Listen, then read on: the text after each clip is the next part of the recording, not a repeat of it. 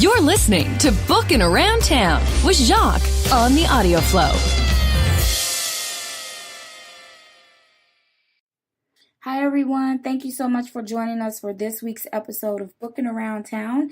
We are sort of doing a hybrid episode and joining this show with the Chatterbox because today's guest also writes young adult, and I am a big fan of young adult. In case you didn't know, that is where I jump-started my reading again. I read a YA series, and ever since then, I have been a big fan. And so today, I'm hoping that you will get something out of this episode and you will head right on over to your favorite retailer and pick up her books. So please help me welcome today's guest, Kimberly Loth. Good morning, Kimberly. Welcome to Bookin' Around Town. How are you? I'm doing great, thank you. How are you? I'm doing pretty good. It's pretty early. I normally don't start thinking until it's later in the day, but I'm up and excited to chat with you about your work and your upcoming release. So yay us. Yeah.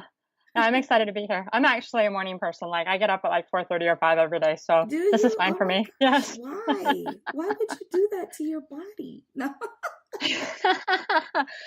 Because I like it. I go to bed early. Like I go to bed at like 9, but I just that's why. That's why getting to bed pretty early is important. So I need to remember that. I could probably be a morning person if I actually went to bed before the next day.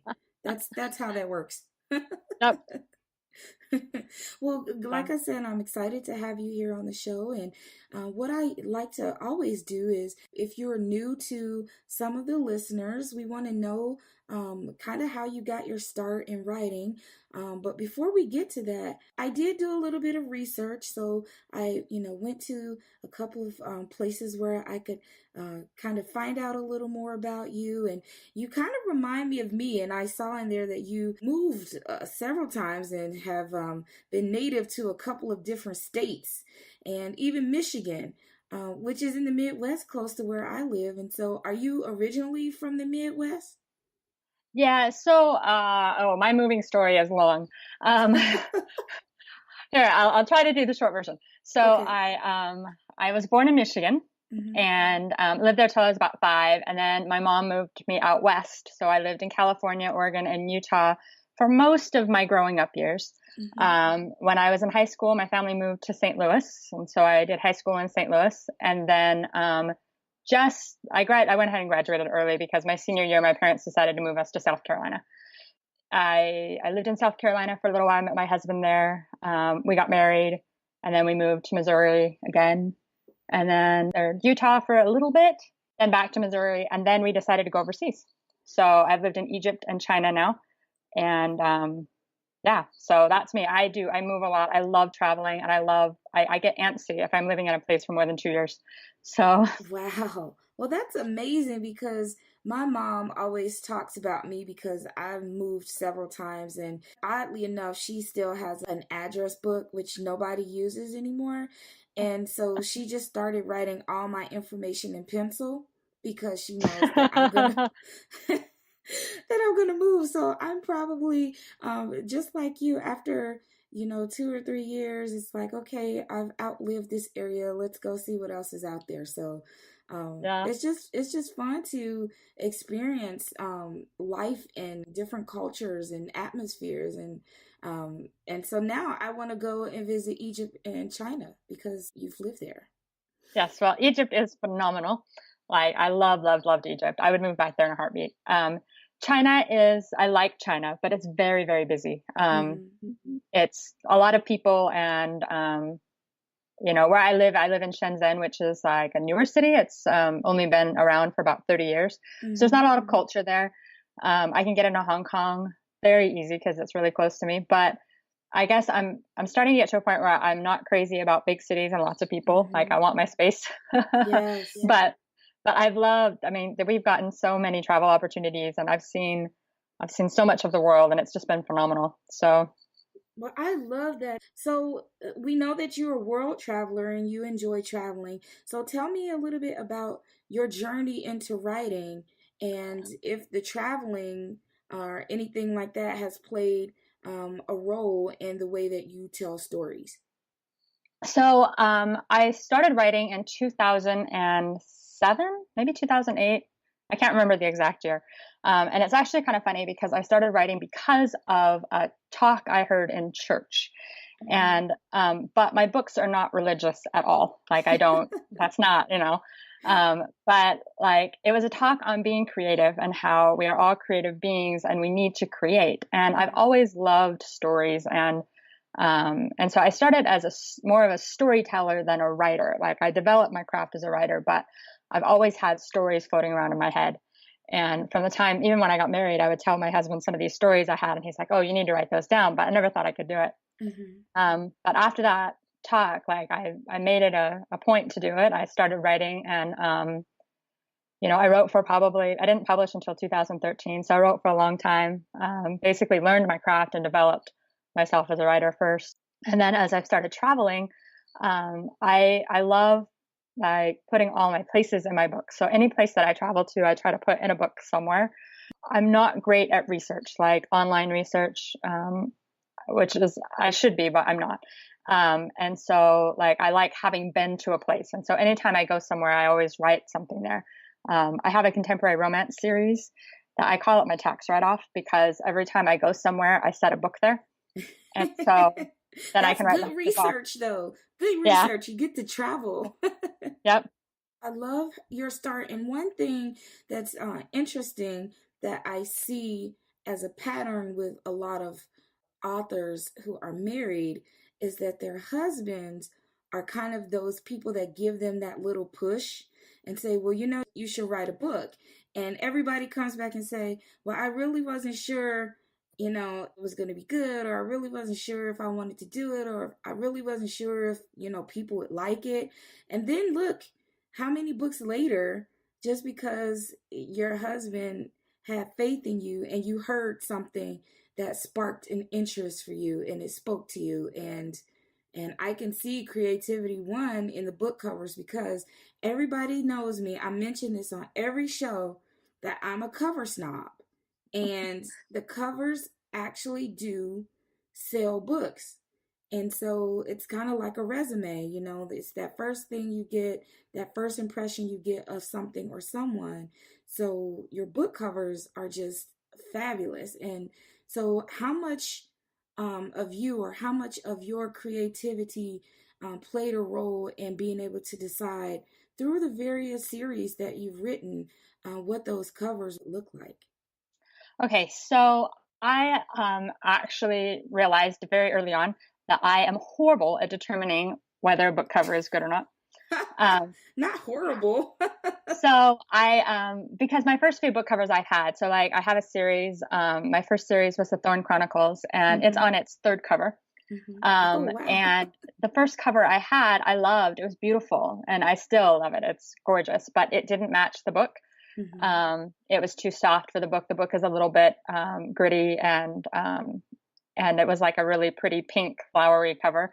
And I learned throughout that I really needed to trust my cover designers. So I really made it a point of choosing great cover designers to make sure they put great covers on my books. And so with the Thorn Chronicles and the Dragon Kings, Rebecca Frank did those covers, and she's phenomenal. And I really had hardly any input. The only thing that I do a lot of input on is the models. Like I do a lot of research on models. A lot of times the cover designers come back with models and I'm like, no, I don't like those. Those aren't right. And so I do a lot of research on those, and I'll give them I'll spend hours on stock photo sites trying to find the right model. And I learned a lot of lessons with my covers on Stella and Sol. That was a series that totally bombed for me. And I realized later that it was the cover. And it was a beautiful cover, but it wasn't right for the genre. It wasn't right for the books. So I changed those too. But that's it. I realized I picked good cover designers, and the one I have for my new series, she is phenomenal. And I picked her because one of the other things I started realizing on covers was typeset is super important. So you can have a beautiful image, but if the typeset doesn't look right, like you start recognizing what looks good and what doesn't. And I think as authors, the longer we're in the business, the more it's easy for us to identify that. Yes, because that is so important to readers. as well. Somebody asked this a couple days ago, I think, about what makes a good cover. And I said the exact same thing you just mentioned.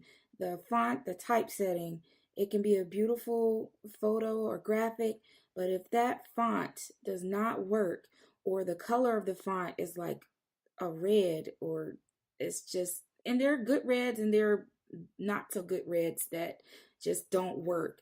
And I'm looking at your upcoming release, your latest book, The Smoking Lamp, and it's Uh-huh. absolutely beautiful. I Thank you. mean, I love it. And I want to go back to the Stella and Sol book series because you said you changed those. And that was the first ones that I looked at, and I absolutely love them. I can't even imagine what they look like before. Um, but they are so consistent across the board each book, and that's something that I love to see, is when the books are kind of consistent. They have a theme and automatically you know it's a part of that series. Yeah. Just I could stare at your book covers pretty much all day. Thank you. No, the Stella and Sol, that was an interesting one. Actually, the first cover on that series, and all of them really ended up being that way. Like I knew the cover wasn't working, and it was a gorgeous cover. So I went out and I bought a pre-made cover. So that cover is a pre-made cover. I spent next to nothing on it just to see if it would change anything. And suddenly I had sales, and I was like, okay, we'll put a pretty girl on the cover. It'll make it work, you know? Yes. So. Yes. And the title goes with the image on the book. And so when you look at it, you're like, okay, I like that. I don't know what's going on with it, but it's inviting and it draws you to want to buy that book. So kudos to you for understanding that. Unfortunately, a lot of people get stuck in wanting to go with just what they like and not really capturing the art of what is going to help push their book. And so some people get stuck in that trap. So I like that you mentioned, you know, it wasn't working, and you actually, with the Thorn Chronicles, actually, it looks like you went through it a couple of times until you finally found something that worked and fit for you, which is amazing. So let's talk about your series, because you've got quite a few of them. I do. Which is great, because it means that you appeal to a variety of readers. So let's kind of start with the Thorn Chronicles. What's your demographic, or what's your audience for that particular series, you think? So it's YA paranormal romance. But I have found that the majority of my readers are women over the age of 30. Yes.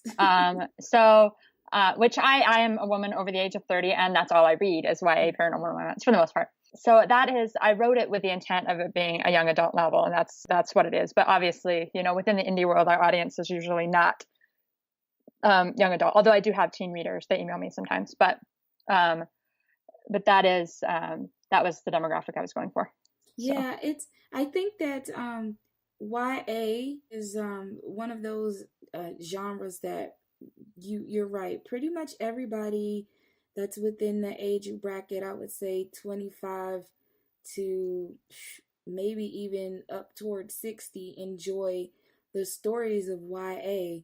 And I don't know, it's just something about, you know, that coming into themselves and learning how to overcome situations and things like that, which may be partly what we're drawn to.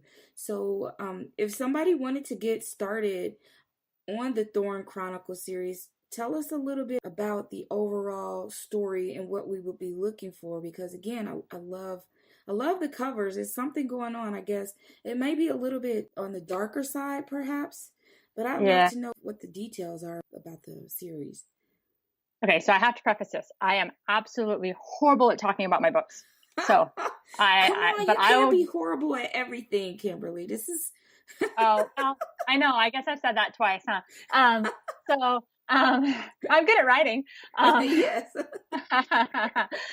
So anyway, the book, The Thorn Chronicles, it's about a girl who is trapped in a cult in the Ozark Mountains, which is actually where I lived for a long time. And she doesn't realize it at the time, but it is like a paranormal cult. And she escapes from the cult with the help of with the Guardians. So this was the first series that I published, and if I were going to do it again, I would put a more identifiable paranormal creature in there, but I made up my own.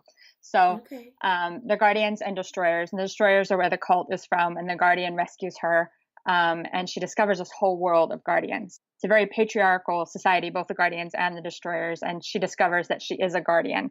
And as a girl in a society where there are no female Guardians, she has to work through all of that. So that's kind of her story. So the Thorn Chronicles and roses, she draws a lot of power from roses and that kind of stuff. And I did a lot of research on roses, and I grew roses at the time just so I could see what it would be like. And so the roses play a big role of what they are within the book. And then the series goes into another character that she meets along the way, who also is a female Guardian, and she works through all of that to help her. So that's the gist of it. And you said you didn't do a lot of research, but you were growing roses and for the book. What I meant was online research. Research. I like in person, let me do it and figure it out. And then I will, but online, and I did actually a lot of online research for that book. I haven't since, but because of the roses, I had to, every one of my chapters starts with a little blurb about a rose and a different kind of rose. And I was fascinated by that. I mean, there are hundreds upon hundreds of different kinds of roses. They all have different scents. They all have different sizes. They all have different things that they do. And so, I mean, I went to rose gardens and I checked them all out. It was really, that was a lot of fun, was, researching all of that. So yeah, when I said research, I meant online research. Right. So you don't enjoy sitting in front of the computer and going to Google and doing all of that. You're hands-on. I like it. Yes. Well, good. So let's talk a little bit about the Dragon Kings series, and then I'll work my way to your contemporary. But Dragon Kings. Okay, so tell me a little bit about that. And is that also YA? Yes, it's YA. It's still paranormal. I always struggle with the fact that dragons aren't technically paranormal. It's more like urban fantasy, but it's a paranormal story.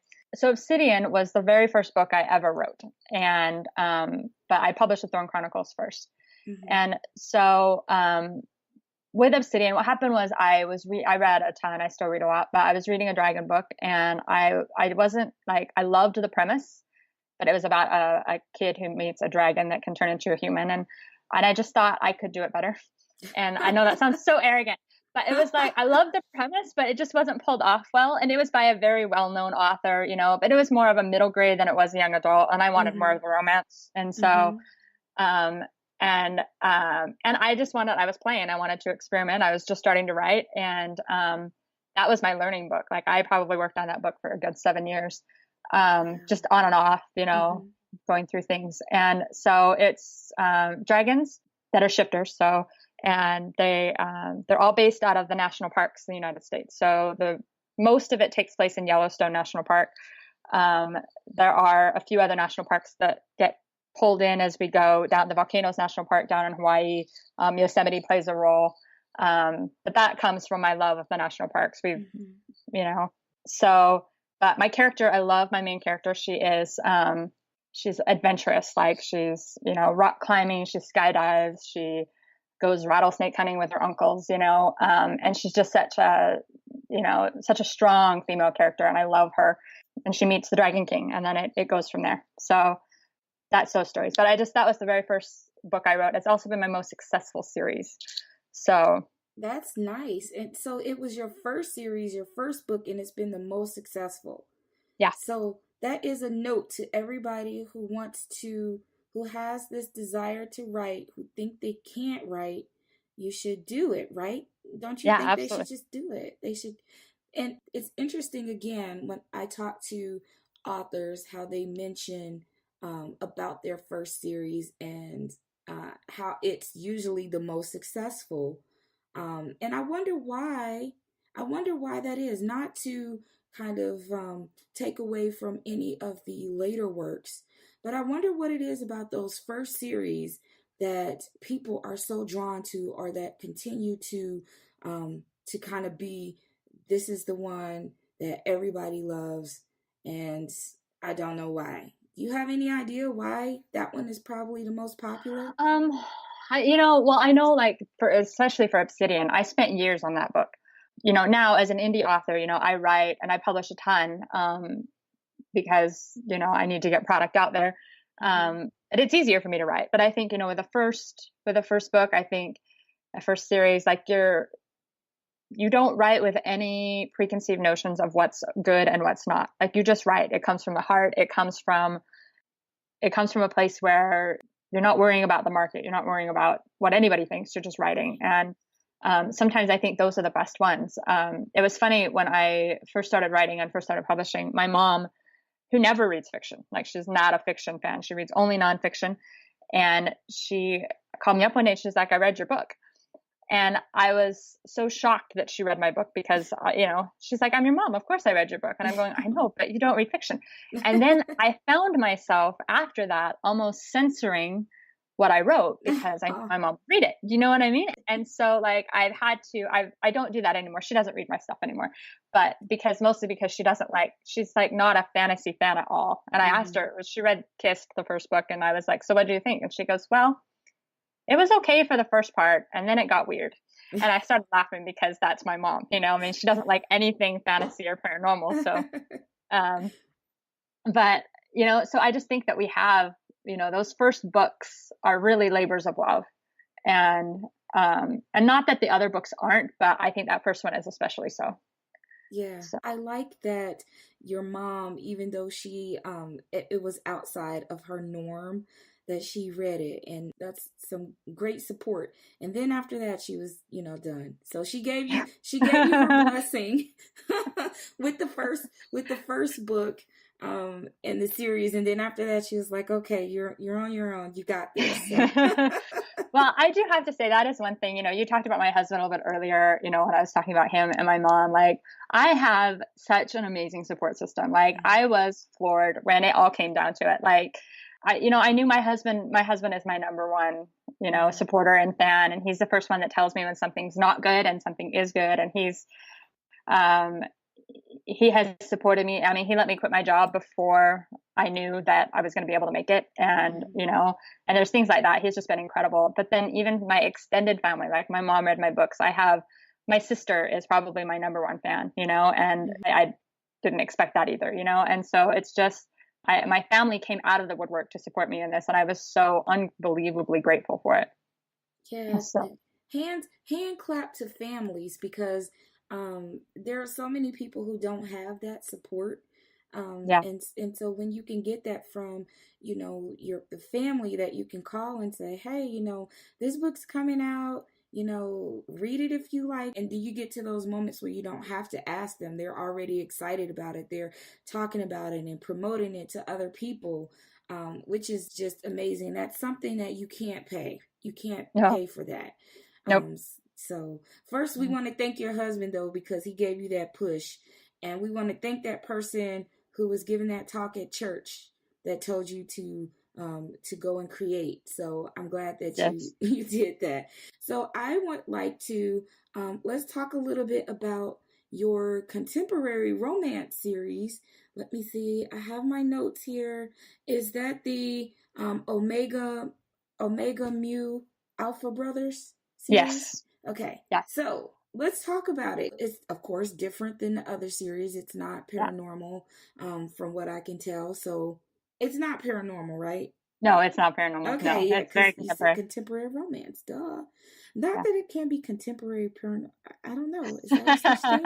I mean, there's a million genres out there, and so I know. you just never know. All right, so let's talk a little bit about making the switch to move to contemporary romance and dabble in that a little bit. So I was getting a little burned out with the fantasy. Like, I just wanted something different, and I wanted something easy. And originally, I published it under a pen name, and then I changed it back. It was mostly because, I talked about my mom reading my books. I wanted to write something without being like, I wanted to have that where I didn't censor myself, like consciously. And so I was going to publish under a pen name and not tell anybody, just so that I could have that free write without worrying about what anybody thinks. And then it came down to it, and I liked them a lot more than I thought I did. So, and I still, they're clean romance novels. I don't write, sex scenes. I don't like reading them, so I don't write them. But I love romance. I love first love. I love falling in love. Like I love that aspect of reading and writing. And then it became an easy way for me to, again, get my travel stories out there. So like I set all the books and places that I visited or lived. The first book, Snowfall and Secrets, takes place on Mackinac Island in Michigan. Sorry, it's Mackinac. It's spelled Mackinac, but it's pronounced Mackinac. And I should know that because I've lived there, but I still say Mackinac sometimes. Everything in Michigan is pronounced weird. Michigan, Wisconsin, and Illinois, all weird. Yep. So, and then the second book I set in Egypt, because that's just where I loved being there. And then the third book is set in Charleston, South Carolina, which is where my husband and I did most of our dating. And then the fourth book is set in Thailand. And the fifth book is a road trip up the California coast. So that's just what I've done. The sixth book, which I've started on, but I haven't, is in Japan. I have no idea when I'm going to finish that one, though. My YA stuff is much more successful, so I spent a lot more time on it. So, yeah. So you made the change to kind of do a little bit of the contemporary romance, and you're working on the next book there. So, are you going to? After you finish the next book in that series, are you going to go back to fantasy? Is there something different that you want to write? Or I know you started on the new series too. So just want to kind of see, because I'm very prolific and I write a lot. So I work on more than one thing at a time. So I like last year, I think I published 8 books, maybe 10. I've lost track. And I did them like alternating. So I would do a fantasy and then a contemporary, but I did them at the same, like I would write at the same time. So like I would spend like 3 hours in the morning working on one book and then 3 hours in the afternoon working on another one. I'm going away from that though. Like I really have just kind of, I'm slowing down a lot because I was burning out. So does that answer your question? Yes. I mean, I kind of figured that you like to, I can see you kind of write in whatever direction or whatever kind of comes to mind that you do that. And that goes with saying that you enjoy traveling. So the same way that you like to travel and kind of move around, I can see that in your works. You're not one of those authors who just write in one type of genre or subgenre. You like to kind of work in different aspects. So with that being said, is there anything else that you would, like to write? Like, have you ever thought about writing a mystery or a horror? And even though I don't read horror books, I'm kind of scared I'm a chicken. But are there some other types of books that you think, in the long run, you would be interested in writing? So yes. So I love paranormal and I love fantasy. So that's kind of where my heart is. And then I love contemporary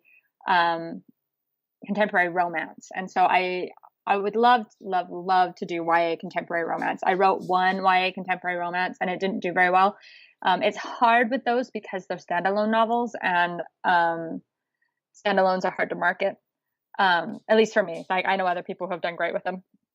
And it's funny you said horror because horror is actually a genre I've looked into because I love the raw, scary, gritty, not gore, but I love like the more of the psychological horror. Mm-hmm.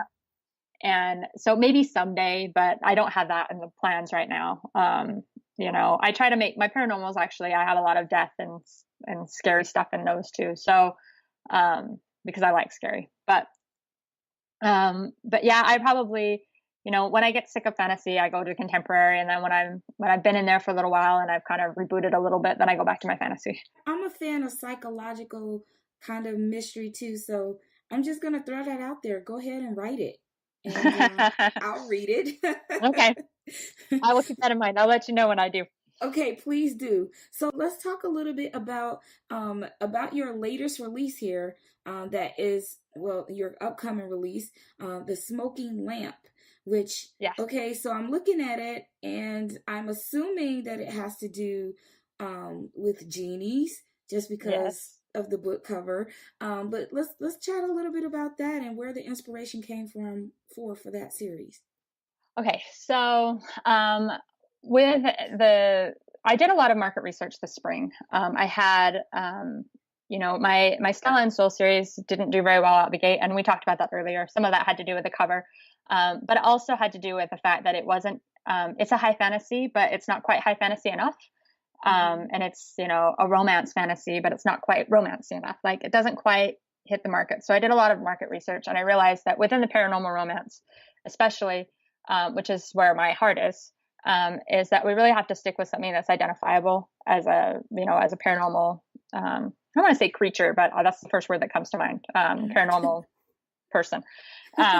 And so when I started thinking I wanted to do a new paranormal series, I love the jinn and the genies and anything Middle East, because I lived in Egypt and I just love the atmosphere and so anything in that. So when I found that, I was like, all right, I'm going to write a genie book. And then it just went from there. So it doesn't take place in Egypt because most paranormal YA books take place someplace identifiable. Mm-hmm. So I actually set that one in Michigan. In a little town that I used to visit. My dad has, my parents were divorced, so I lived in, wherever with my mom. We were all over. And then I always come home to Michigan to visit my dad, and he lived in a town called Grand Haven, which is a little beach town, mostly touristy, but but it's a fun little town to have something like that set in. And so that's just kind of how it started. The book is about a girl who goes to Egypt with her brother, and she brings home a lamp and doesn't realize it has a genie in it. But the genies in my books were not, they're a little bit evil, and they, by granting wishes, every time they grant a wish, they steal a little bit of the life force from whoever asked for the wish. And if the more wishes they make, their life force is drained. So that's how the story goes. And it's about her, deciding whether or not the genie is worth it, and how they go through a love story, develops, obviously, because that's where my heart is too, is all the romance. Yay. I'm looking forward to reading this particular series because I don't know how many people are really writing genie stories now. It seems like everybody's on the shifter and vampires and things like that. So okay. the Smoking Lamp, Sons of the Sand, book 1, do you know how many books are going to be in that series? Yeah, there'll be 4. Is there normally 4 books in each one of your series? I try to do 4 or 5. Okay. I don't like trilogies. Like, I find I can't tell a whole story in a trilogy. So just add one more book. Come on, make it 4. So I do 4 or 5. And this story has been really fun. Like, I love the lots of twists and turns and, jaw-dropping moments, which is, those are my favorite. So. Yeah, I like those too. And so now, as far as your writing style, I'm going to probably know this answer just based off our conversation, but are you a planner? Do you have like a storyboard? What's your process? Or do you kind of just write and see where the characters take you? So it depends on the book. I started out as a very much just a pantser, like I didn't plot anything. I wrote the story, and as scenes came to me, I wrote them down. I didn't write in order. And then the more that I write, the more that I start planning. So like this series that's coming out, The Smoking Lamp, was heavily planned. I did a lot of character development ahead of time. My books are very, very well reviewed, but I still learn from them. And some of the things that I've learned is that my characters, while they were well developed, they could use a little bit more. So I did a lot of character development for this book, a lot of plotting, but I normally don't. Like, this is new for me, but I like this process. It's been fun. So. I like fun. But I say everything. Like, I love writing. I hate editing, but I love writing. And we were talking. It was really funny last week. I was in Tucson with my mom, or a couple weeks ago, when the Powerball was like at like 700 something million or whatever. And so of course you start thinking, well, if I won that, what would I do? And I would still write. I wouldn't stop. I love doing it. So. Well, that's good. When you have a passion for something and you enjoy doing it, it really shows across the whole concept of the book. And so even though you don't enjoy editing and probably the proofing, and you said got a handle on letting go and giving the art, the designers for the covers, letting them go with that, and you're approving it, it really shows in a full book project that's your passion. And so I'm looking forward to reading this book and probably a couple of your other series. But if someone is new to you and they do enjoy paranormal or fantasy, could you pick, like, what is your favorite so far? Is that a bad question to ask somebody what their favorite series is? No. So I think it depends on what you're looking for. So if you're looking for a really strong female character with a lot of tension and with the romance and that kind of stuff, the Dragon Kings is probably your best bet. If you're looking for a character who needs to grow a lot, like, starts out somewhat timid, and then you see her grow throughout the series, that one would probably be the Thorn Chronicles. Stella and Sol, that's if you really like high fantasy. It's not set in our world. It's set in a brand new world. But it's very, very heavy on the romance and love triangles and that kind of stuff. Like it's a royalty series. So there's a lot of that, a lot of, who's sleeping with who type romance in there. And then contemporary romance, obviously, if you like contemporary romance, then the Omega Mu Alpha Brothers is a great series to start with. But as always, it seems like whatever I'm working on is my favorite. So right now, The Smoking Lamp is my favorite. But all of that to say this, everybody, just get them all. Like, you can't go wrong with either book that you go with. So I've already decided which series I'm going to start with now, just based off of your recommendation. Can you guess? Probably not. No, I don't. I have no. I was actually just going to ask you which one. Stella and Sol series. Okay. Oh, because you love the covers on that one. That's right. Yes, I love those covers. So. And then I'll probably go back to the Thorn Chronicles because I like those covers too. I'm so weird like that. It's like whichever one is speaking to me at that moment. So that's the one I have to start with. Yeah, but I'm the same way. Like, I'll pick up a book just based on the cover, and I won't even read what it's about. Like, I don't care. I want, if it has a cover that appeals to me, I'm gonna pick it up and try it. So, yeah. So do you have a favorite YA book that, if you couldn't read another book ever again, that you would be satisfied with just that one book and being able to read that over and over again? Okay, this is gonna sound awful, but Twilight, like, that's been my. I love that book. Why is that awful, Kimberly? Because it feels almost cliche now, like maybe 5 years ago I could have said that and it wouldn't have been fine, but now it's like everybody rolls their eyes when you say Twilight. So, but that's my comfort book. Like, if I just want to read something and not have to think about anything, I'll go back to that book. So there's nothing wrong with that. Now, I have never read Twilight. So I don't have any, I can't give any opinions about that. I just, I've never read Harry Potter. So those are two things that I cannot have a conversation about because I don't know enough. Oh, okay. Well, I have to say that about Harry Potter, though, that you're missing out. So that's what I hear. Pretty much every conversation is like, really? You haven't read Harry Potter? Not even seen the movies? I'm like, no. I'm more of a Game of Thrones type girl. Yeah. Yeah, so that's kind of my thing. But okay, so we know that Twilight, if you were somewhere, that would be your go-to book. And you probably own them. Do you own the books? Oh yeah. Okay. I have them on my Kindle. I have hardbacks, but they're at home. So because we live in China, like, I don't have a lot of my stuff with me, so most of it's in storage. But yeah, I have all my books on Kindle. So that's the other thing.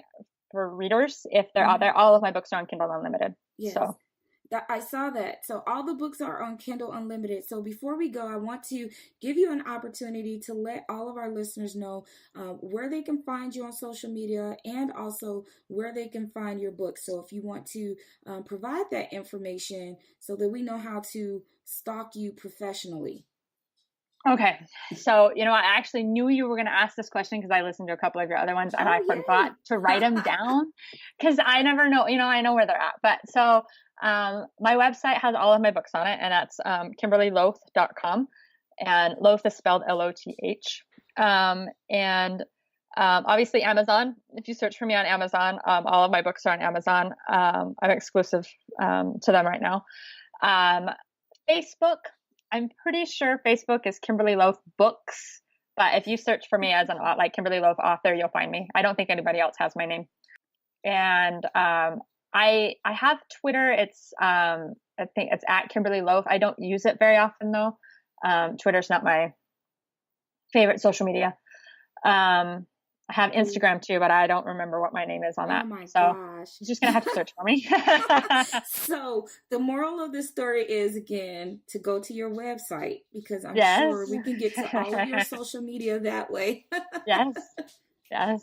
Okay. So I give away a book free on my website. So Kiss, the first book in the Chronicles, if you go to my website and you sign up for my mailing list, you can get that one free. I saw that today, so I'm going to make sure I go back to the website so I can sign up to get that book free. And we like free, right? Everybody loves free. Yes. But in return, of course, we do ask that you would write a review to let Kimberly know your thoughts about the book. If you loved it, great. If there are some things that you would like to see, great. But remember, finish the whole series. So you get the first book free. Go ahead and download the other books in the series, and find Kimberly on Facebook, because she does not tweet and she does not Instagram. So she has it, but she probably never see it. So it's so unfortunate. Well, Instagram, I don't remember my name on Instagram. So if you find me on Instagram, I am on there. I'm starting to really like that mode of social media, but I'm still learning. Snapchat, I just got a Snapchat, but I have no clue how that works. Oh gosh, more power to you. I had a Snapchat and I just felt so lost there, and I deleted it. Yeah, I'm not using it. I'm not using Snapchat for much. My daughter, that's what I'm doing right now. I just dropped her off at college. And that's where she posts most of what she does. So I'm on there strictly so that I can see what my daughter's up to. Yeah. So well, you're there for spy mode. Yes. Okay, Well, it's more like that's where she puts what she's up to, and I like seeing her pictures. She knows I'm looking at them. So, yeah. Well, that's nice. Well, I'm going to find you on Twitter, and I'm going to help you get involved in Twitter. I'm going to help you like Twitter again. It's really simple. You can even connect your Twitter and your Facebook together, and you just do one message and it can go everywhere. It's a beautiful thing. Yes, I do actually have that. Like my Facebook messages post to my Twitter, but I'm never on there. Oh gosh. Okay. Well, I'm gonna tweet you every day for 30 days and see how long it takes for you to respond. Okay. Don't let it be a year though, because I'd feel really bad if a year went by and you were like, "Oh, I just saw this." Okay, I will get on there and I will see what you do. Okay. Okay. Okay, good. All right. Well, Kimberly, thank you so much for being on the show with us today. And thank you. You're welcome, and congratulations on the release of The Smoking Lamp. And we will be looking forward to the next 3 to 4 books in that series. And of course, we'll be following you so we can know what's going on with Kimberly. Now, I know that you live in China, so you aren't in the U.S. too often. Do they have any type of book signings, or do you do virtual book signings, or do you what kind of things do you do to kind of get out and promote your work? Yeah, I don't really. Like that was one thing we talked about maybe next year having me come into town a little bit more, but my husband doesn't like having me gone, so and so like I really haven't. I did a few book signings last year, and I really wanted to get into going to like the conferences. Like I would love to do PenCon next year, but I don't know if we'll be able to do that. It depends on timing, and that's what it is. It's about timing. We come home in the summer because my husband's a teacher, so we spend 2 to 3 months in home in the summer, but not a lot of events go on during the summer.